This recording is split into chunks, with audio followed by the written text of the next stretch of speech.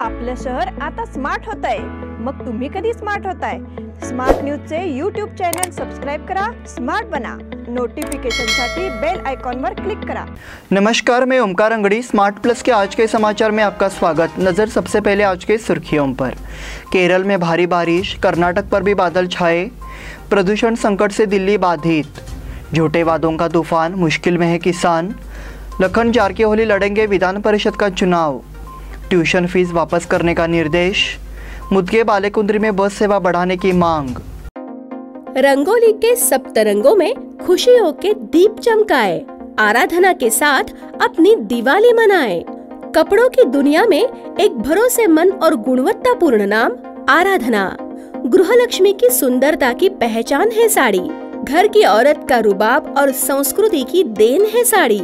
इस दिवाली के सुनहरे मौके पे आराधना लेके आए हैं महिलाओं के लिए मनपसंद साड़ीज और रेडीमेड सहित बच्चों के लिए आकर्षक और मनपसंद ड्रेसेस। पुरुषों के लिए जेंट्स वेयर में shirt, T shirts, jeans, formal और भी कई प्रकार के ड्रेसेस। जल्द ही अपनी मनपसंद ड्रेस खरीदे सिर्फ आराधना में। बेलगाम के वस्त्र जगत में बहुत ही बढ़िया है आराधना। नए कपडे पहन के दीजिए दिवाळी की शुभकामना।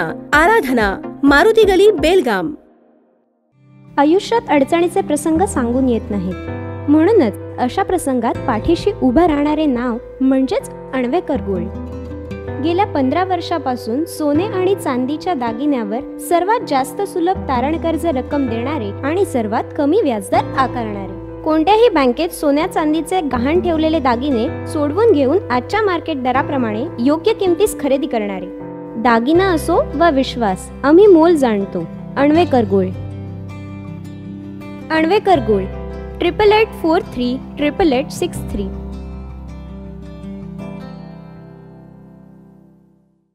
अब समाचार विस्तार से। केरल में भारी बारिश के कारण कई जगहों पर भूस्खलन हुआ है और कुछ इलाकों में रेल सेवा बाधित हुई है। अधिकारियों ने पहाड़ी इलाकों में खतरे की चेतावनी दी है और नदी के किनारे रहने वाले लोगों को चेतावनी दी है। इससे कर्नाटक पर भी बारिश का असर पड़ा है। ऐसे में तटीय क्षेत्र चिंता का विषय बन गया है। तिरुवनंतपुरम जिले में भारी बारिश की चेतावनी दी गई है, जबकि कोल्लम, पथनमथिट्टा, अलापुझा, कोट्टायम और इडुक्की जिलों में भी भारी बारिश होने की संभावना है। मुख्यमंत्री पिनाराई विजयन ने एक फेसबुक पोस्ट में कहा कि राज्य के कुछ हिस्सों में भारी बारिश हुई है और राहत शिविर लगाए गए हैं। भूस्खलन और बाढ़ प्रभावित क्षेत्रों में विशेष सावधानी बरती जा रही है। पश्चिमी हवाओं के कारण केरल में भारी बारिश हो रही है और तिरुवनंतपुरम और कोल्लम जिलों में भारी बारिश हो रही है। भारी बारिश की आशंका को देखते हुए नदी के किनारे और ऊंचाई वाले इलाकों में सतर्कता के आदेश जारी किए गए हैं।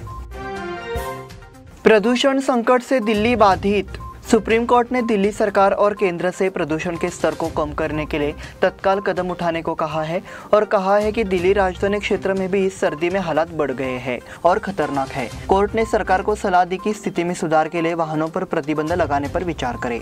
मुख्य न्यायाधीश एन वी रमन ने कहा कि प्रदूषण की स्थिति इतनी खराब है कि लोग घर पर ही मास्क लगाकर बैठे हैं। हर कोई प्रदूषण के लिए पराली जलाने के लिए किसानों को जिम्मेदार ठहरा रहे हैं, लेकिन किसी को परवाह नहीं है कि दिल्ली में पिछले 7 दिनों में कितने पटाखे चलाए गए हैं। न्यायमूर्ति धनंजय चंद्रचूड़ और न्यायमूर्ति ने कहा कि एक आपातकालीन स्थिति है और प्रदूषण रोकने के लिए कई उपायों की जरूरत है।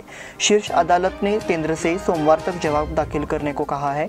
शीर्ष अदालत ने यह भी निर्देश दिया है कि या तो वाहनों को रोका जाए या दिल्ली में तालाबंदी की जाए। झूठे वादों का तूफान, मुश्किल में है किसान। हलगाम मत्स्य बाईपास परियोजना के खिलाफ किसानों ने बगावत फूकी है। हर दिन अलग अलग तरीकों से आंदोलन को बाधित किया जा रहा है। रविवार को भी आंदोलन शुरू हो गया है। सड़क का मामला कोर्ट में है, तब तक पुलिस की मदद से सड़क पर काम फिर से शुरू किया गया है। इस बात के सबूत के बावजूद कि कार्य आदेश रद्द किया गया है और अदालत ने स्थगन आदेश पर रोक लगा दी है, लेकिन किसानों ने इस सड़क का अंत तक विरोध करने का संकल्प जताया है। इसके लिए किसानों ने येल्लू रोड के उपनगरों में आंदोलन शुरू कर दिया है। किसान नेता राजू मरवे और अन्य किसान नेताओं के नेतृत्व में 50 से अधिक किसानों ने अपनी पत्नियों और बच्चों के साथ येल्लू रोड के उपनगरीय इलाके में सुबह से आंदोलन शुरू कर दिया। इनमें भूमेश बिरजे, तानाजी हलगेकर, महेश चतुर, भैरू कंगरालकर, मनोहर बालेकुंद्री, हनुमंत बालेकुंद्री, गुंडू भामनाचे, नितीन पैलवानाचे, विनायक हलगेकर, नागेश काजोलकर, आनंदराव काजोलकर, किरण सांबरेकर, सविता बिरजे, रेणुका बिरजे, मोनाका बिरजे, इंदू तारीहलकर और अन्य उपस्थित थे। लखन जारकीहोली लड़ेंगे विधान परिषद का चुनाव। जिले और राज्य की राजनीति को प्रभावित करने वाले जारकीहोली परिवार ने विधानसभा चुनाव में भाग लेने का फैसला किया है। ऐसे में संभावना जताई जा रही है कि लखन जारकीहोली मैदान में उतरेंगे। मिली जानकारी के अनुसार लखन जारकीहोली निर्दलीय उम्मीदवार के रूप में विधानसभा चुनाव लड़ेंगे। लखन जारकीहोली ग्राम पंचायत के हजारों समर्थक आज सुबह बेलगाम के सरदार मैदान में प्रवेश करेंगे और नामांकन पत्र जमा करते हुए अपनी ताकत का परिचय देंगे। महांतेश कवडकीमठ भाजपा के आधिकारिक उम्मीदवार के रूप में चुनाव लड़ रहे हैं और भाजपा नेताओं ने लखन जारकीहोली को भाजपा के दूसरे उम्मीदवार के रूप में पेश किया है।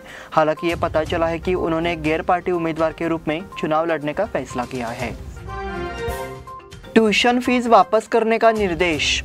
राज्य सरकार ने शुक्रवार को पिछले 2020-21 शैक्षणिक वर्षों में छात्रों से निजी स्कूलों द्वारा एकत्र किए गए 15% ट्यूशन फीस को तत्काल वापस करने का आदेश दिया। निजी स्कूल बोर्ड को सदस्यों को सलाह दी जाती है कि वे स्कूल विकास शुल्क सहित अन्य शुल्क ट्रस्ट या संगठन को दान न करें।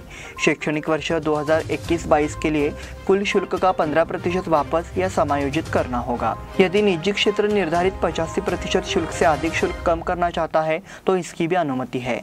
कोविड से अभिभावकों को गंभीर आर्थिक तंगी हुई है और राज्य सरकार ने निजी स्कूलों को ट्यूशन फीस में 30% की कमी करने को कहा है। हालांकि निजी स्कूल संगठनों के एक संघ ने इसे हाईकोर्ट में चुनौती दी है। हाईकोर्ट ने 16 सितंबर को निजी स्कूलों को फीस में 15% की कटौती करने का निर्देश दिया था। हालांकि कई शिक्षण संस्थाओं ने इस आदेश का पालन नहीं किया है, इसलिए सरकार ने आदेश जारी किया है। मुदके बालेकुंद्री में बस सेवा बढ़ाने की मांग। मुदके बालेकुंद्री सामरा क्षेत्र में बस संख्या कम है, इससे छात्रों और ग्रामीणों को खासा नुकसान हो रहा है। लिहाजा बस सेवाओं की संख्या बढ़ाई जाए।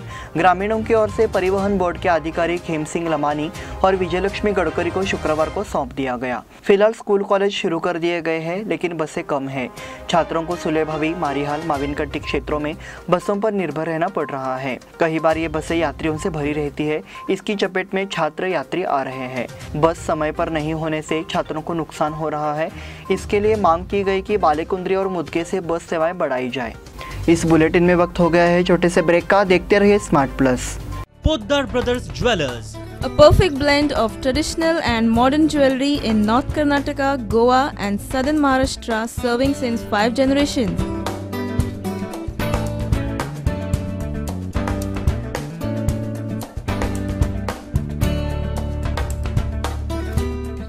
exclusive gold, silver and platinum jewelry showroom.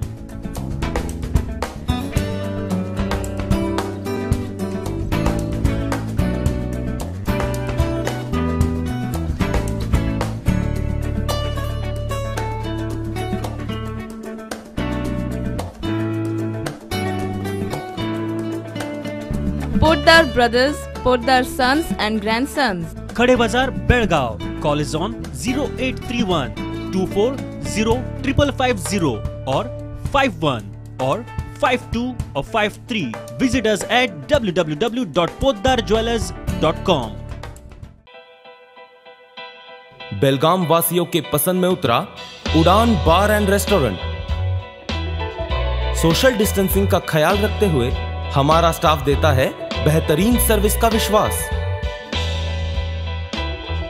यहां है पार्टी और फंक्शन के लिए 3 आलीशान हॉल, कारपोरेट डिनर मीटिंग के लिए 3 अलग कक्ष, आईपीएल मैच देखने के लिए 3 बड़े स्क्रीन की विशेष सुविधा। इसके साथ ही साफ सुथरा किचन, जहां हमारा वेल क्वालिफाइड स्टाफ देता है क्वालिटी और हाइजीनिक फूड की गारंटी। तो फिर खाने की हो बात तो आना परिवार के साथ। उड़ान बार एंड रेस्टोरेंट, लिंगराज कॉलेज के पास, बेलगावी। फोन 0831 2435 ब्रेक के बाद फिर से आपका स्वागत। चंदगढ़ तालुका के अस्कोली गांव के पास चंदगढ़ गढ़हिंग्लज रोड पर सातवणे के कॉलेज के छात्र जय ज्योतिबा मसरनकर और अजित अप्पाजी पाटिल, इनकी ट्रैक्टर के नीचे कुचलकर मौत हो गई। इस दर्दनाक हादसे से सातवणे गांव में मातम छाया है। पुलिस के मुताबिक जय और अजित अतकुर से बिजली के उपकरण लेकर अपने 2 पहिया पर अपने गांव सातवणे आ रहे थे।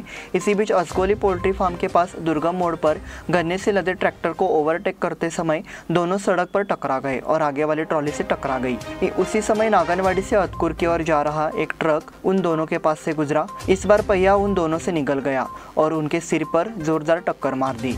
दोनों की मौके पर ही मौत हो गई।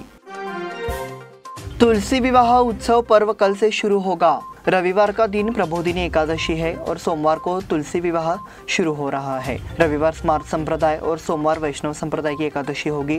वैष्णव संप्रदाय की मंडलियां सुविधा अनुसार पूर्णिमा तक तुलसी विवाह कर सकेंगे। तुलसी विवाह के लिए जरूरी वृंदावन, इमली और आंवला बाजार में आ गए हैं। रविवार से गन्ने और गेंदे के फूल उपलब्ध होंगे। प्रबोधिनी एकादशी के बाद रविवार को चातुर्मास समाप्त होता है। आषाढ़ी एकादशी से कार्तिक एकादशी तक 4 महीने की अवधि को चातुर्मास कहा जाता है और चातुर्मास 20 जुलाई से शुरू हुआ था। मराठा मंडल में आयोजित कानून जागरूकता शिविर। अगर कानून का राज आना है तो कानून का ज्ञान सभी तक पहुंचना चाहिए। किसी को भी न्याय से वंचित नहीं किया जाना चाहिए। गरीबी और कानून की अज्ञानता कई लोगों को अन्याय का शिकार बनाती है। गरीबों, महिलाओं, निराश्रितों और विकलांगों को मुफ्त कानूनी सहायता दी जाती है। इसमें एक पैसा भी खर्च नहीं होता है। सोचे कि छात्र इस ज्ञान को गाँव में फैलाए, ऐसा जीजी शिरोल द्वारा प्रस्तुत किया गया। न्यायाधीश पेलगाम जिला विधि प्राधिकरण, रानी चन्मा विश्वविद्यालय की राष्ट्रीय सेवा योजना और मराठा मंडल कॉलेज द्वारा संयुक्त रूप से आयोजित कानून साक्षरता अभियान में वो बोल रहे थे। प्राध्यापक जीवाई बेन्नालकर, गणपति भट्ट, कर्नाटक राज्य विधिक सेवा प्राधिकरण के सदस्य और रानी चन्मा विश्वविद्यालय के डीन प्राध्यापक विनोद गायकवाड़ मौजूद थे। एनसीसी विभाग के वार्षिक शिविर का समापन। जाधवनगर में कर्नाटक और गोवा के कुल 400 एनसीसी छात्रों ने भाग लिया। 110 छात्रों में से 58 का चयन बेंगलुरु में होने वाले आरडीसी कैंप के लिए किया गया है। पीवी जाधव ने एनसीसी कैंप के समापन समारोह में मुख्य अतिथि बोल रहे थे। इस कैंप में विद्यार्थियों ने सांस्कृतिक प्रस्तुति दी। उन्होंने छात्रों से बिना थके भविष्य के शिविर में भाग लेने की अपील की। कर्नाटक और गोवा के 400 छात्रों ने इस शिविर में भाग लिया था। ये कैंप लगातार 10 दिनों तक चला। सेना में करियर बनाने के इच्छुक छात्रों को सलाह दी गई। पिछले साल कोरोना के कारण कैंप रद्द किया गया था। कुछ छात्रों को ऑनलाइन सलाह दी गई थी।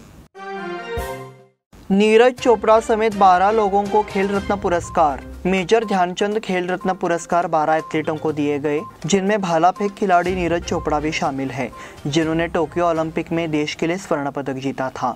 साथ ही क्रिकेटर शिखर धवन समेत 35 लोगों को अर्जुन अवार्ड से सम्मानित किया गया। राष्ट्रपति रामनाथ कोविंद ने ये पुरस्कार प्रदान किए।